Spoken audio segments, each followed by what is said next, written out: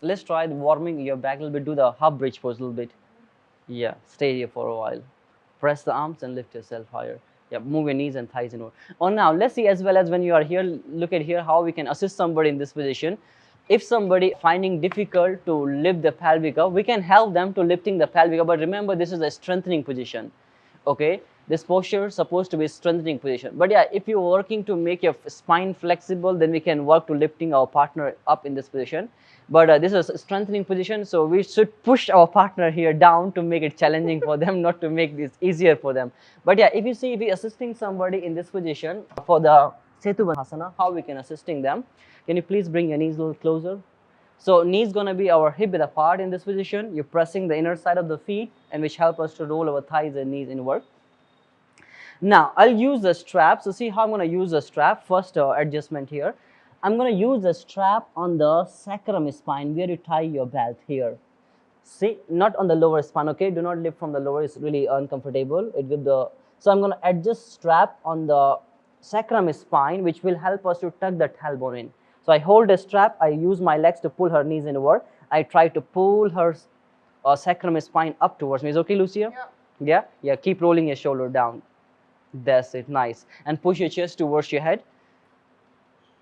Relax your face. So I'm here trying to pull her upward direction, like backward direction, which help us stay here, which help us to make that posterior tilt in our pelvic, helping us to extension of the lower spine. First adjustment. Second, we can try if somebody find difficult or cannot get the proper stretch on the sides of the chest region. So I will sit like close to her like that. I using my feet, my sole of the foot to pressing her shoulder down. I use the strap. I keep the strap on her upper back now here. So here I will ask her to lift your pelvic higher. Yes, like that. I'm using the strap here very slowly to pull her chest a little bit towards me to get the more stretch on the upper part of the body. Squeeze your knees in a little bit. Yeah, like that. Lift your pelvic higher. I'm using the strap like slowly pull her towards me in this position. Is okay, Lucia? Can you breathe? Yeah. Pelvic more higher a little bit. Yeah. And then slowly lower the body down.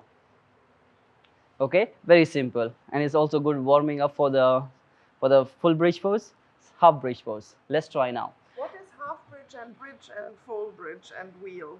See, if you see according to the Hatha Yoga, it's called a Khandarasana, which means a shoulder stand. You do the shoulder stand, Sarvangasana. It's called a Khandarasana, the practicing we're doing now.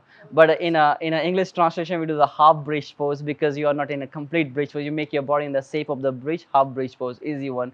But it's supposed to be the Khandarasana, shoulder stand, because all the weight goes to the shoulder, similar like a Sarvangasana. Okay, if you see according to the Hatha Yoga books. But if you see the Ashtanga Yoga books, so they will call it the half bridge. Well, this posture we don't have in Ashtanga Yoga. But if you see according to Ashtanga Yoga, but we're practicing as a half bridge or full bridge. So translation, but it's not actually the half full bridge pose. It's not. It's just because of the English translation. Okay.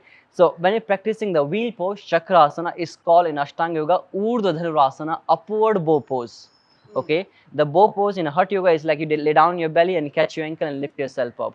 But in Ashtanga Yoga, it's called 𝗧𝗲𝗰𝗵𝗲𝗏, upward bow pose. So your facing is upward direction and doing the similar like a bow pose. In Hatha Yoga, it's called a chakras or wheel pose. Okay, and this posture known as a Khandarasana. I'm gonna write there so you can remember it. The half bridge pose in Hatha Yoga.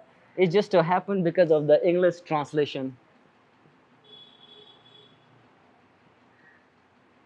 Khandarasana. Okay.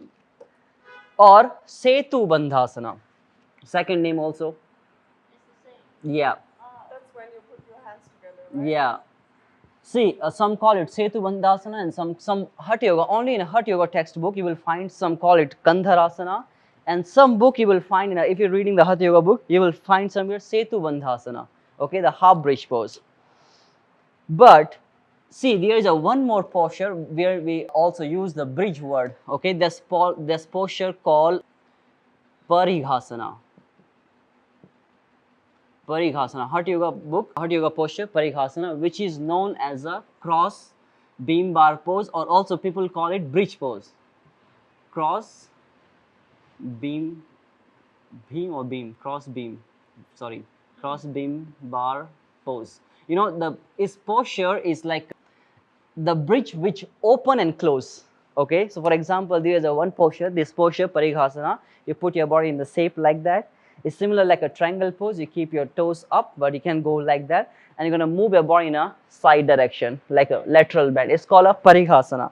Also we call it the bridge pose or cross beam bar pose. It's called a Parighasana. Okay, similar like a triangle pose, but you drop your knee down. Okay, let's get back to your I thought that bridge pose was when you try and straighten your leg. yeah, straight the leg in a Setu Bandhasana. Bridge would be like this and bridge. Complete. No? Yeah, that's why I said in a English, Not wheel. not a wheel. Like when you straight your legs completely. From the, can you please try again one more time? Yeah. Like the same as the No, bridge. press. Yeah, just wait a second. Lift. Support your hands underneath your back, like that. You mean this posture is straight your leg? Yeah. Yeah. Okay. Yeah. This is also we call it as. Can you straight your leg, please? No. Put your palms. Like this? Yeah. No. Like sorry, finger pointing out. Yeah. Elbows more in. Now straight your leg all the way as much as possible. So also we call it the bridge pose, but it's we also call it Setu Bandha Sarvangasana. The combination of because of the shoulder, combination of the two posture. Setu Bandha Sarvangasana, the half bridge into the shoulder stand. Because you put your hands, you have the weight on your legs, and Sarvangasana, try to straight your legs like a Sarvangasana, feet on the floor. So, Salamba Sarvangasana. It's combination of the two posture. But yeah, still there are so much misunderstanding about the posture.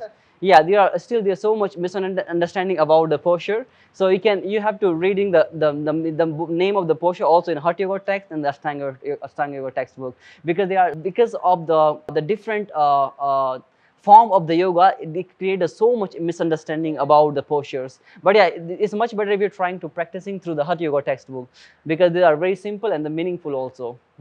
If you try to go for the Ashtanga Yoga or any other kind of the form of the yoga, it's going to be really complicated, the name of the postures, right? Okay, so in a Hatha Yoga there are like 84 lakh postures, a lot of postures. So just slowly as much as possible try to remember them. That's the correct form actually, because the Hatha Yoga known as the root of the yoga. All the form come from the Hatha Yoga, like Ashtanga Yoga, Bikram Yoga, Hot Yoga, whatever. There are several kinds of the yoga now. They just modify the way of practicing the postures, just changing the breathing system a little bit, and they calling it a different form of the yoga. Okay, so but the root Hatha Yoga known as the mother of a yoga. Okay, the root of the yoga. So practicing through the Hatha Yoga, remembering the name of the posture from the Hatha Yoga, so you can fix it in every form of the yoga. That's the best one.